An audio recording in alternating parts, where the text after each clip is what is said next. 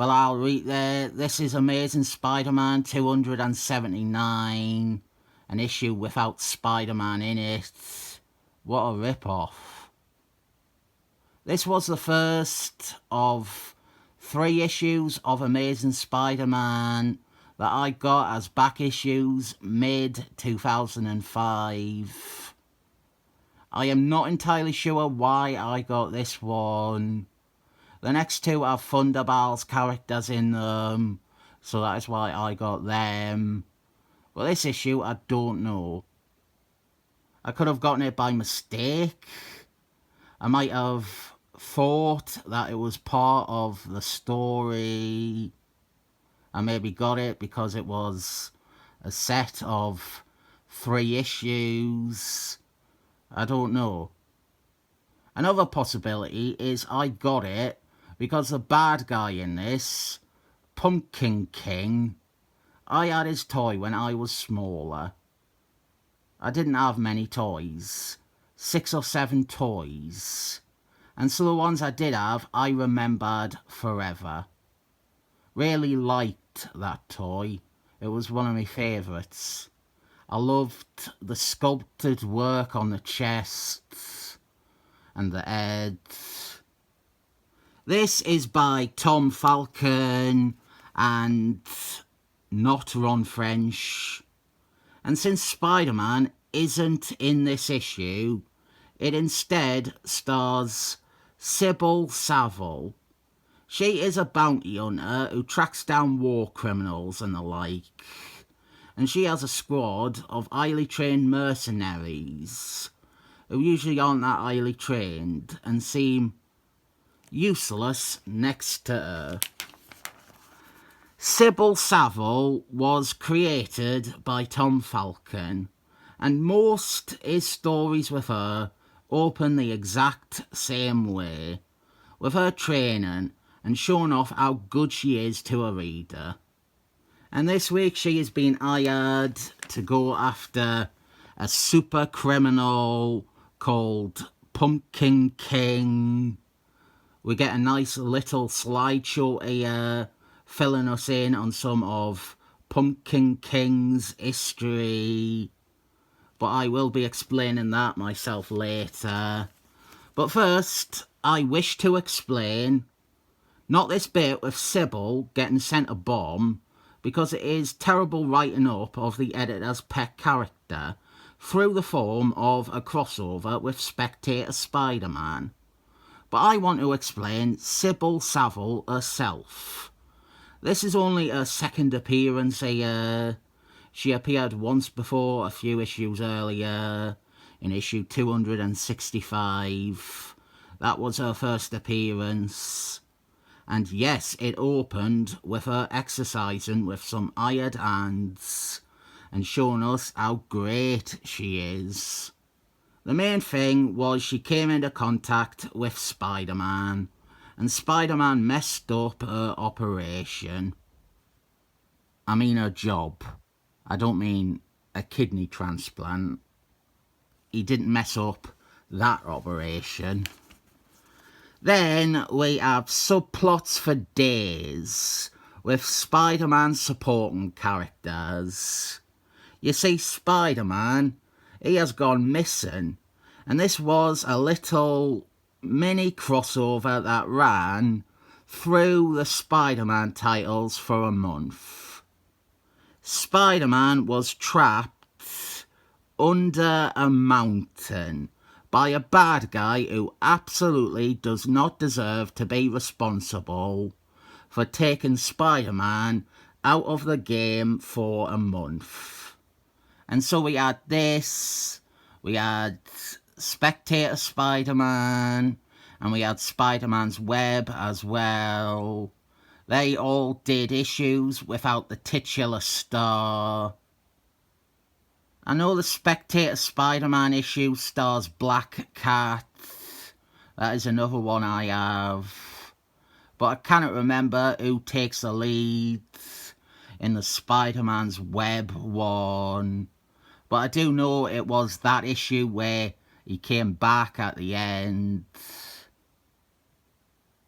Can I just say that this issue This issue isn't great.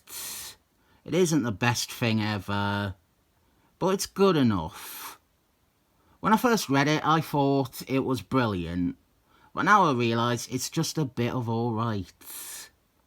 It's not bad at all. It is one of those comics I look at, and I think if that is the worst that comics ever got, then comics would be fucking wonderful. Sable is trying to contact Spider-Man because she wants his help, or at least his insights, on Pumpkin King. And since Spider-Man isn't here to provide it, I will explain who Pumpkin King is after this bit with Sable not really doing anything interesting. I think with her, she is a fine character, but she is very generic, and there's like a dozen other comic book characters that already existed who are basically Sable. I do think there is some potential in there with Sable, some potential besides Sorta constantly exercising at least. It's a character that I think can be written well enough. It's also worth noting, I have not read a single issue of it, but she did have a solo series in the 90s which ran for 35 issues. And even in the 90s, 35 issues is pretty solid. There is clearly some appeal to Sable. There is maybe even a fan base. There's stuff that can work with this character, and maybe she could headline things. During the days when I was getting out of Marvel, Dan Slott killed her off because for the last 20 years, the only way that people know how to write Spider-Man is by killing off women and having Spider-Man blame himself. Now though, we are building to, very slowly, the fight between Sable and Pumpkin King that this issue has promised us. Pumpkin King, he has his own little gang, and what follows is very good action, a good showing for Sable and for Pumpkin King too. Of the two, I think Pumpkin King is far more exciting than Sable.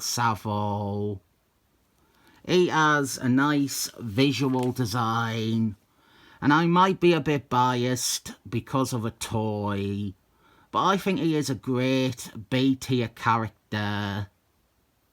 Pumpkin King, he was originally a one-off C3PO enemy of all things. He was in the final issue of C3PO, which was by Tom Falcon and Steve Ditman. In what has to be the shortest turnaround ever, a couple of months later, Roy Sternman brought him across to fight Spider-Man. I guess if you have a pumpkin-themed Steve Ditman character, it is the most obvious thing ever to have them in Spider-Man. A few years later, Tom Falcon, the co-creator of the character, started to use them a lot more heavily in Spider-Man. And for a few years, Pumpkin King was one of Spider-Man's most reoccurring foes. Initially, he was trying to steal Hobgobbler's gear for himself, and this would lead to a feud with Hobgobbler. And I like to keep this simple, rather than overwhelm people with the sort of information that put me off characters when I was getting into Marvel. I will not bother explaining his relationship with Hobgobbler. We will get to see a fun bit in the next two issues with the both of them, But eventually what happens is a royal mess. We will see the Pumpkin King reintroduced as a bad guy in Captain America, where he becomes one of Red Skull Man's operatives. He is in some Spider-Mans during what I call the vague age of Spider-Man. And then he ends up as part of that giant Thunderbolts army at the end of New Thunderbolts. This is a fun issue. I definitely think you can have fun with this. I would maybe even recommend it. There is Spider-Man's costume. He has been buried under a mountain. This page here is the only explanation for where Spider-Man is, if you weren't reading all 3 Spider-Man books. So that is this issue. And I never even got to tell the story about how I got these issues by swapping DVDs for them. And if I had only waited a year, Marvel would do a trade paperback called Spider-Man vs. Sable, which collected all 3 of these issues, as well as Sable's first appearance, and 2 issues of Spectator Spider-Man. I'll tell you what, I will give some DVDs for these comics.